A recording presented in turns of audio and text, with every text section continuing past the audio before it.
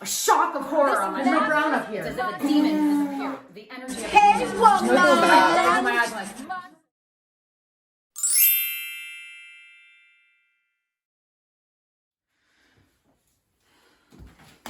come on, Kate. Focus, focus, focus. Trying to get focused to do the show. All right, here we are at the How Do You Paint show. Let's see. I feel like I should do a little emotional check-in before I begin, just to kind of get grounded and let you know where I've been, what's been happening. Actually, you know what? I got a email message from one of the How Do You Painters out there who was resonating with the whole getting stuck in your head, being stuck in your head when trying to create. And what did he say? Oh, he said something like, I'm trying to stay out of my head without getting too close to the abyss. And I just want to say one thing on that. Last week, super in my head, okay? Head spinning, terrible thoughts, horrible thoughts, very negative mindscape. And Saturday, actually it was, I finally stopped, got out of my head, felt into what felt like the abyss. Didn't just feel the abyss over there, be like, no, I don't want to go into the abyss, but I don't want to be in my head, I'm going to just like stay in limbo land. No, I felt the abyss and I went into the abyss. Another one of those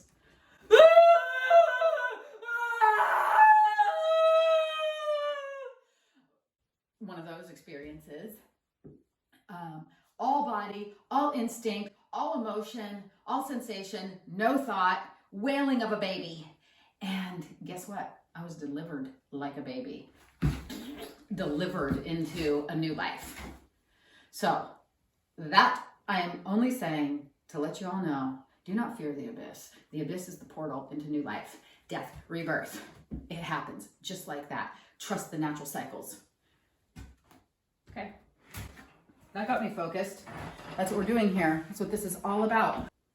I use art to trigger all of the pains locked up in my body, fears, dreads, self-doubt, even the subject matter is pains. And in order to unearth them, illuminate them, and transmute them through the creative act into a form that is not inside my body, stuck, making me like stiff, ugly, and mad. All right, so moving right along, we're gonna work on this old log. I got an idea for the log. A lot of this painting is very thinly painted. I wanna put some really hefty, thick, impasto type shit on here. As soon as I said log, I started talking like an old logger. Did you notice? All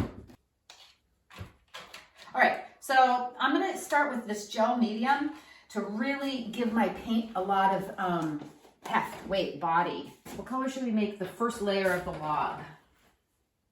I don't know, I'm seeing yellowish gold. All right, so we got our old yeller log. Uh-oh. I feel the channel is open to this old logger. This old country boy. About to lay some paint down on this old yeller log. About time before lunch bell rings, and see what we can do today. All right, pick me a swig of my coffee out of my thermos. Yeah, it's good shit. Making my. I lost my logger. No, here he is. I got him back. All right. Okay. Oh, hey, I got one other thing. Guess what I've been doing?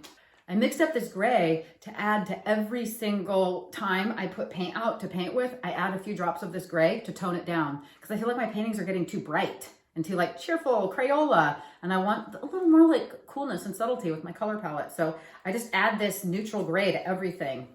Dampen it down, bring it down. All right. I'm sorry my outfit isn't great today because it's cold and so I have to have things covering me.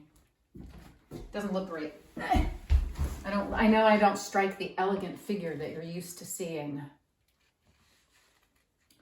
All right, so I'm gonna just lay this. Oh, you know what, you guys? Too dark. Too dark. Too dark. I pictured it being a lot more yellow. It's too toned down. All right, got me some variety of yellers for the old log. About to lay it down on the log.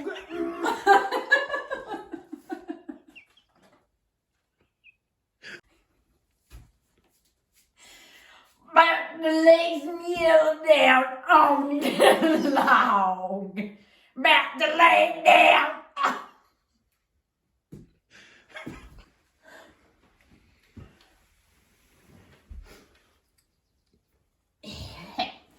I wish I had me some Copenhagen right now. Hey, when I started painting, okay, let me start. I'm about to lay the yellow down on the log. All right. I'll tell you what, while I'm laying this yellow down on the log, I will tell you that when I first started painting, when I was age 30, I was living out in Anderson Valley, where I grew up, nearby kind of, and Boonville, the town of Boonville. Yep, that's the name of the town. Damn, this is beautiful, isn't it? So when I first started with this painting business, it was a huge part of painting for me. Copenhagen, chewing my cope, my fresh cope, it satisfies. God damn, I miss chew. Yeah, I would just, oh, look, don't talk too much and lose track of nice effects. Look at that line, that black, leave some of that. Yeah. Yeah, man, I was like, it wasn't that I was so much into painting. I mean, I was, but it was like, I need something fun to do while I chew. Life was basically what I did while I chewed or waited to chew. That's how good that shit is. I just kind of based my life around when the next chew was. Mind you, I started chewing when I was like 13. So it's a big part of my personality, being addicted. And I just, I better not talk about it too much because it was so good. To just always have something to look forward to, no matter what. That's one thing to do with the abyss. Get addicted to something.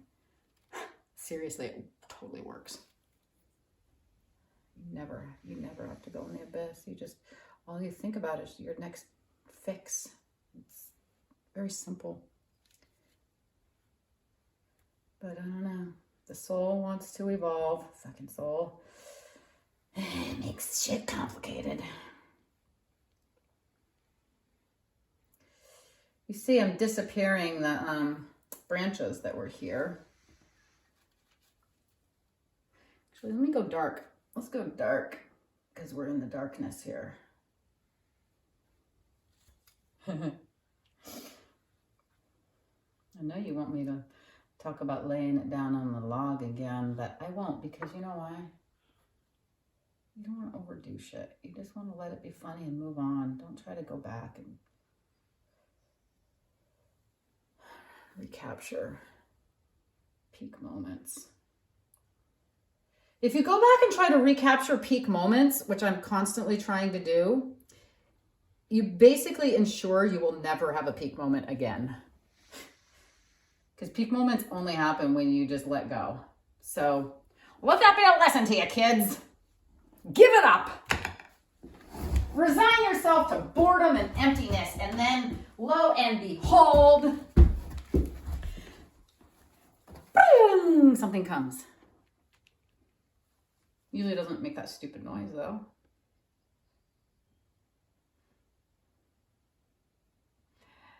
Okay, my whole idea was to do super thick paint, but you know what? In order to do super duper ooper uber even thicker paint, you're gonna have to do multiple coats, I think, because this is not even looking that thick compared to the rest of the painting, is it? What do I do about that? Here's another thing to be thinking about. Light. Ooh, neon. Sure, let's have this point. I mean, it's pointing to the mom. I'm thinking, as I'm painting, here's another idea that I'm having. I'm kind of thinking about like paint as, what would I call it? Like magic substance. Like, it's not just paint representing objects or things. It's not just using it to illustrate. It's like has an actual function. Like, for example, this yellow paint right now is sort of like a lightsaber going to the mom, kind of like identifying her as the thing that's about to get killed. So like, that's why. So it's like, people are like, well, why did you make that part yellow? One reason could be because that's where the light hits, or because or why else would this be yellow? Well, because yeah, that's where the light is hitting, or I needed more of a light color here. All those things can be true, but the main thing is because I'm pointing to the thing that's about to get killed with a lightsaber. So that's a good reason. I'm just trying to really glob this yeller on. Old yeller. Yeah. Maybe do a little blending of it because it looks cool. Go and blend. Boom. Blend. And get some more up there. Just some little dots of it. Oh. Okay. Hey, it's starting to look barky, isn't it? Hey. That's the other cool thing about painting. You just start moving your brush around and it's like there's some painting spirit that's like helps make things look like they look in real life, even though you aren't even trying to. It just does it like that. It's just like, it's in there, man. It's in there. Forms are in the paint. Wow, this is looking really barky. So my original idea was I was going to go really dark yellow over this and then do lines of wood grain, but I don't know. I can do that later. Oh, let's get this in. So this thing got this branch sticking out. That. Let us not forget the branch.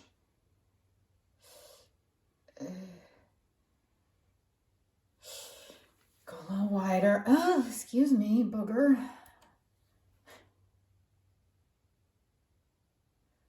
When's the last time you said the word booger? Didn't you feel like as a kid that word was like in constant play? And now, when's the last time you said booger? We don't talk about that boogers anymore, do we? Huh.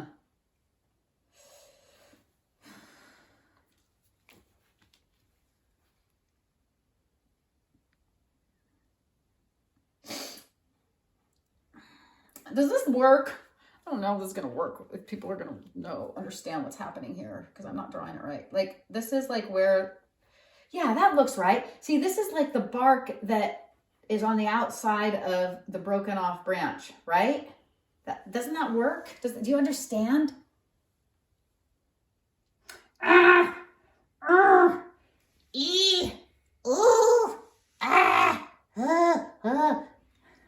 The yellow log looks pretty good. We got a lot of texture in there, and I might even add a lot more, but time will tell.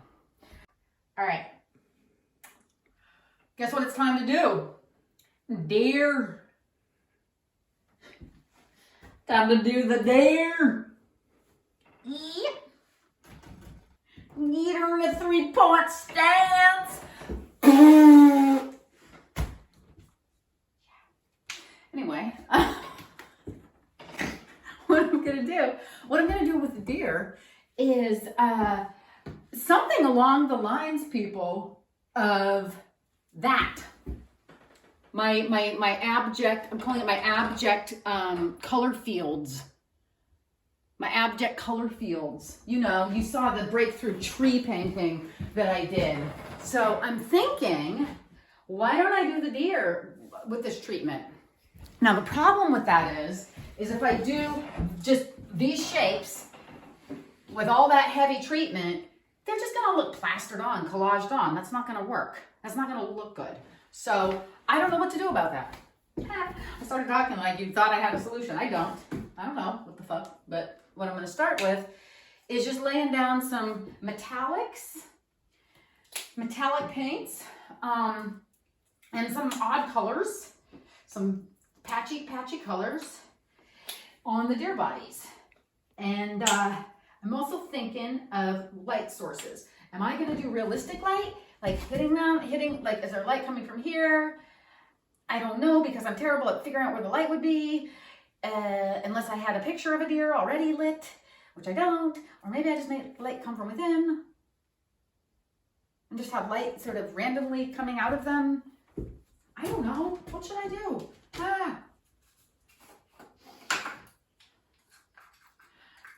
I should not think.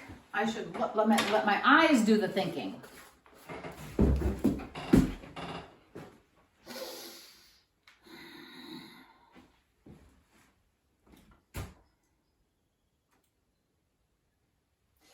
And just start laying in some colors. Maybe, you know, I kind of do want to see if I can manage to like have light hitting the deer. And also kind of like, okay, so I'm kind of just like not blending in this lighter yellow, just sort of like mix it, lay it kind of on top of this orange. And that kind of looks like light, huh? When you have a little bit of like light goopy paint. And then I'm not gonna like, okay, so then let's see. Oh, I need my rag. Oh, you know what? That's what I use my clothes for, I forgot. Okay, so let's do like, okay, it'll be dark right here because I'm gonna think the light is coming from there. I'm just gonna go with that for right now, okay? Just because why not? You need something to go with. So this would be a dark kind of spot right here.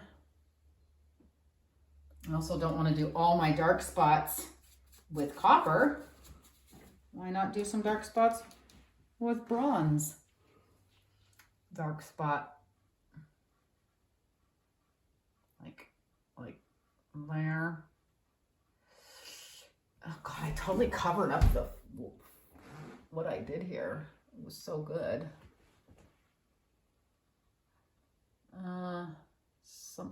Something like that, right? Yeah, okay. And then we do a little light spot. Let's say we got some light hitting her wrist, like that. I mean, you can kind of guess that might be how it goes. That's how the story goes. Okay. Let's see. Does this go like that and then like that? Yeah.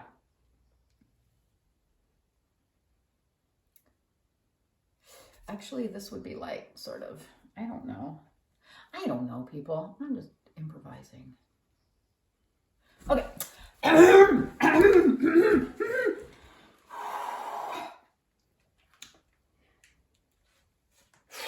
don't know. My problem right now is I feel like it's just going to be too separate from the background. And the way I usually deal with this problem is I just leave some of the body not colored in. So you see the background coming through, which is, I guess, probably what I'm going to end up doing here. So it's sort of a cheat in a way, you know? The whole figure ground issue, like, how do they relate? I just make the figure kind of see-through, letting some of the ground come through. And then they're integrated. Okay, doing a little light mixed in, a little yellow mixed in. I don't know. Okay. Just keep going. This will be the inside of the ear. Isn't the inside of their ears white? I forget. I'm going to decide that it is.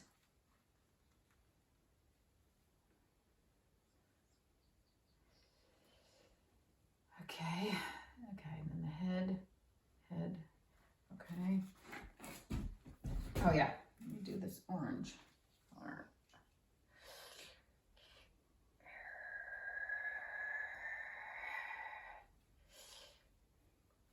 Oh yeah, look, leaving some of those colors coming through, blending a little, getting a little light coming in.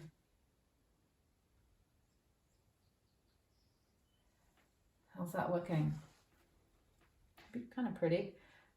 I don't know, how's this orangey peach looking though with the whole color scheme? I need to stand back and check. Ugh, it's putrid. It's kind of putrid. I like it.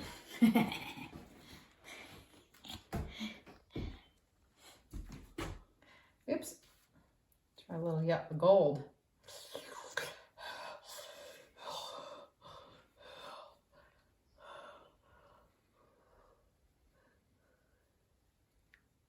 The butthole's going to be there, which I'm going to take great relish in painting when the time comes. It's going to be right there. Let me make a nice substrate for it. Yeah.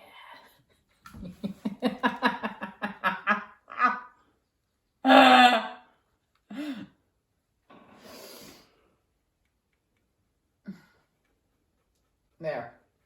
Now that's looking like a deer tail. Hey, you know that saying, well, we better hightail it out of here. That's where that comes from.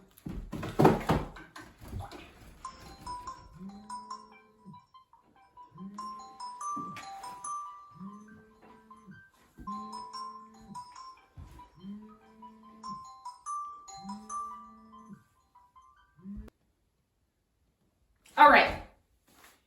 I know you're expecting an awkward ending, but what I'm going to do this time is try to just get out without a lot of fanfare and without a lot of despair.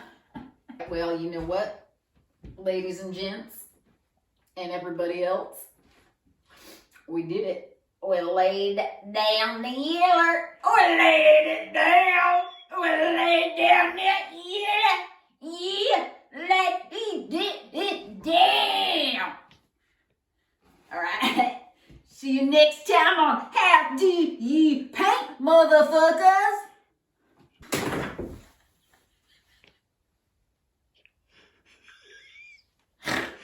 Back in, or wait. Fuck me. I'm dying.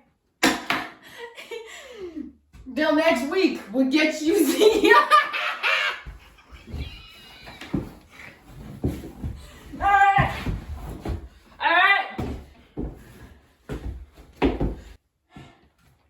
Yeah, we laid down some yellow, and we did good today, and